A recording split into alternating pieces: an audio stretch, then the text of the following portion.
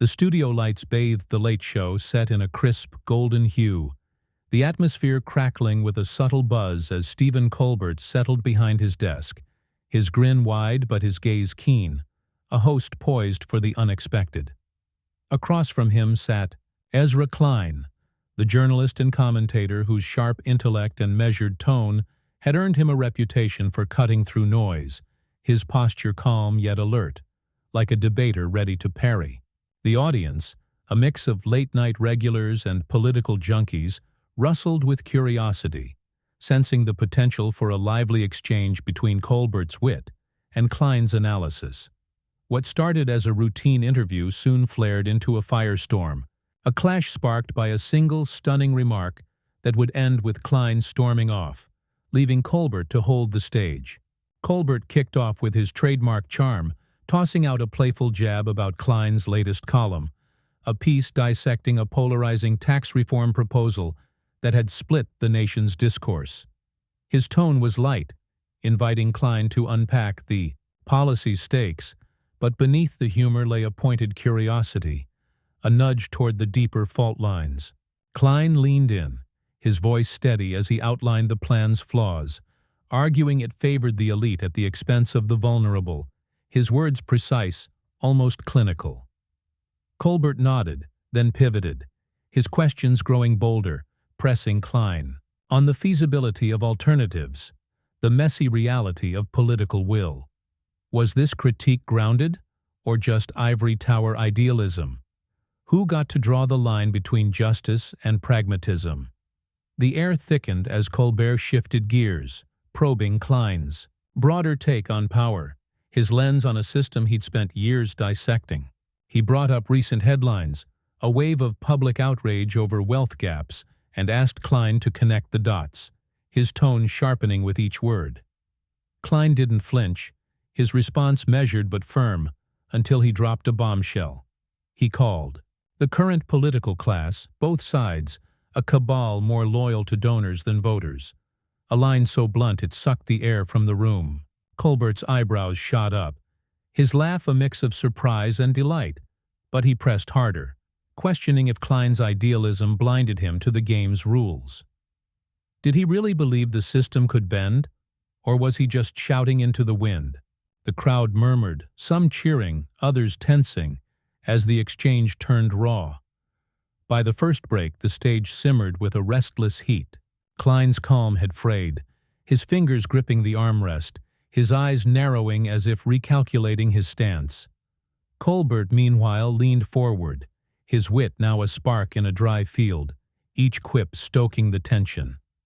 What had been a policy chat had cracked open a chasm, Klein's bold claim clashing with Colbert's relentless pushback. The audience caught in the crossfire. The room felt it. This wasn't just debate, it was a collision of conviction and challenge. Could Klein hold his ground, or would Colbert's pressure break him? As the lights dimmed, the stakes loomed large, the confrontation poised to ignite. The commercial break ended, and the late show studio snapped back into focus, the air heavy with a tension that had only deepened in the pause, a palpable hum threading through the space. Stephen Colbert sat at his desk, his posture still loose, but his eyes now sharp with intent. A host who'd sensed blood in the water and wasn't about to let it slip away. Ezra Klein faced him, his earlier composure strained, his hands clasped tightly, his jaw set as if bracing for impact. The audience, their murmurs hushed into a taut stillness, leaned forward, their anticipation a living pulse, every breath held as they watched the clash unfold. What had simmered before the break now burst into flames, a confrontation driven by Klein's incendiary words that would push him to the edge and send him storming off, leaving Colbert to seize the night. Colbert dove back in with a grin that belied the steel beneath, his voice smooth as he circled back to Klein's bombshell, the accusation that politicians were a donor-driven cabal, a claim that still hung in the air like smoke. He didn't let it settle, instead pressing Klein to name names, to back up the charge with something concrete, his tone a mix of skepticism and goading delight. Klein hesitated, then doubled down, his voice rising as he pointed to recent lobbying, scandals, tax breaks that reeked of favoritism, his words a flood of frustration that painted a system rotten at its core. Colbert's laugh cut through, sharp and quick, as he countered with a jab at Klein's naivety, asking if he thought outrage alone could dismantle decades of entrenched power. The exchange surged, a verbal sparring match that grew hotter with each volley, the stage a battlefield of ideas and egos. Colbert leaned forward, his questions relentless, probing Klein's vision for reform, tearing at the edges of his argument with a comedian's knack for finding weak spots. He brought up the public's apathy, the gridlock of Congress, suggesting Klein's critique was a lecture from a perch too lofty to touch reality. Klein's face flushed, his retort biting, accusing Colbert of trivializing a crisis for laughs, of playing court jester while the house burned. The crowd gasped, some cheering, others stunned, as Klein's words turned personal, his calm unraveling into a raw edge that caught even Colbert off guard. The breaking point hit like a thunderclap, the tension shattering as Colbert, voice climbing, challenged Klein's sanctimony, asking if he'd ever dirtied his hands in the fight he preached about, or if he just pontificated from the sidelines. Klein shot to his feet, his chair scraping back with a harsh screech, his restraint gone as he ripped off his mic, the cord dangling like a snapped tether. He unleashed a barrage, his voice booming through the studio, calling Colbert a smug gatekeeper, a hypocrite who mocked the powerless while cozying up to the elite. The audience froze, their silence deafening, as Klein's tirade spiraled, his anger a mix of betrayal and defiance, accusing the host of twisting his words into a circus. Colbert stood too, his stance unwavering, shouting back that Klein couldn't handle the heat of his own fire. That running didn't prove his point.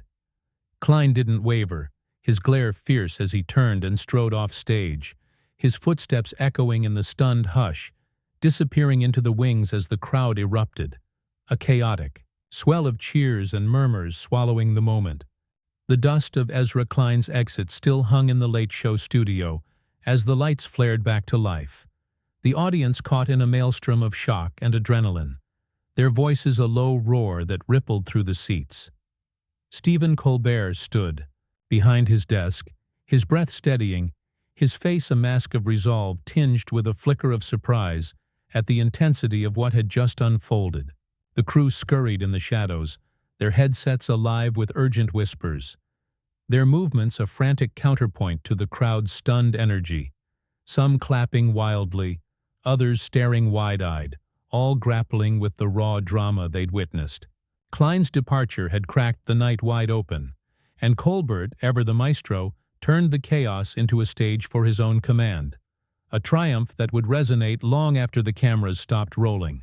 Backstage, the scene was a whirlwind, a frenzy of motion and muffled chaos as Klein's exit sent shockwaves through the production.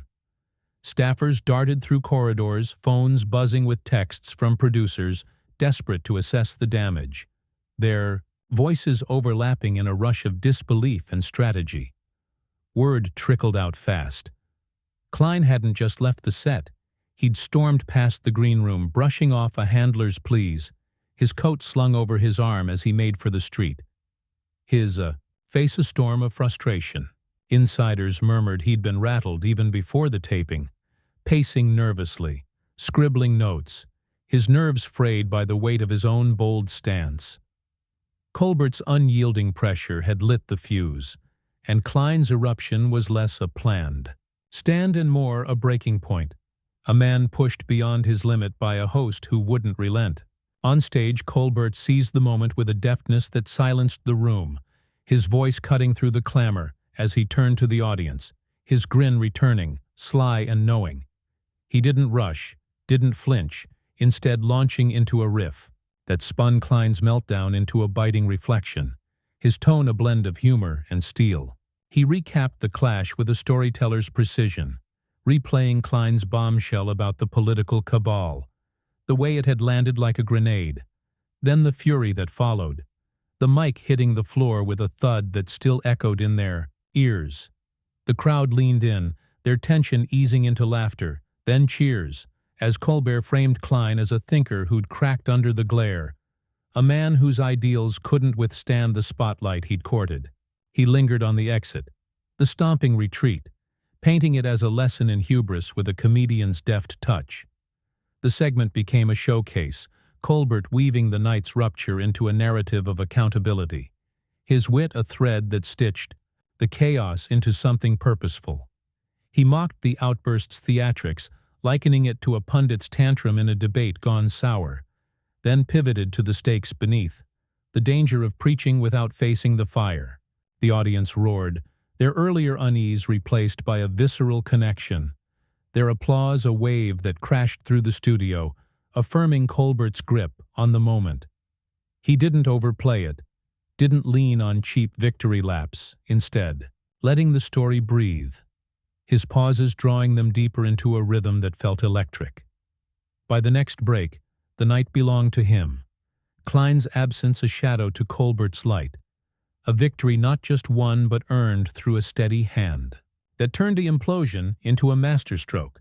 The final break lifted, and the late show studio surged back to life, the air thick with a vibrant hum, the audience a restless tide of energy, their faces alight with the thrill of a night transformed. Stephen Colbert stood at his desk, his stance relaxed yet radiating a quiet triumph, his eyes catching the light with a gleam of satisfaction. A host who'd navigated a storm and emerged not just intact, but elevated. Ezra Klein's fiery exit lingered in the room like a fading echo, but the crowd's focus was locked on Colbert, their anticipation a steady pulse, their earlier shock now a unified roar of approval, eager to see how he'd seal a night that had spiraled from routine into legend.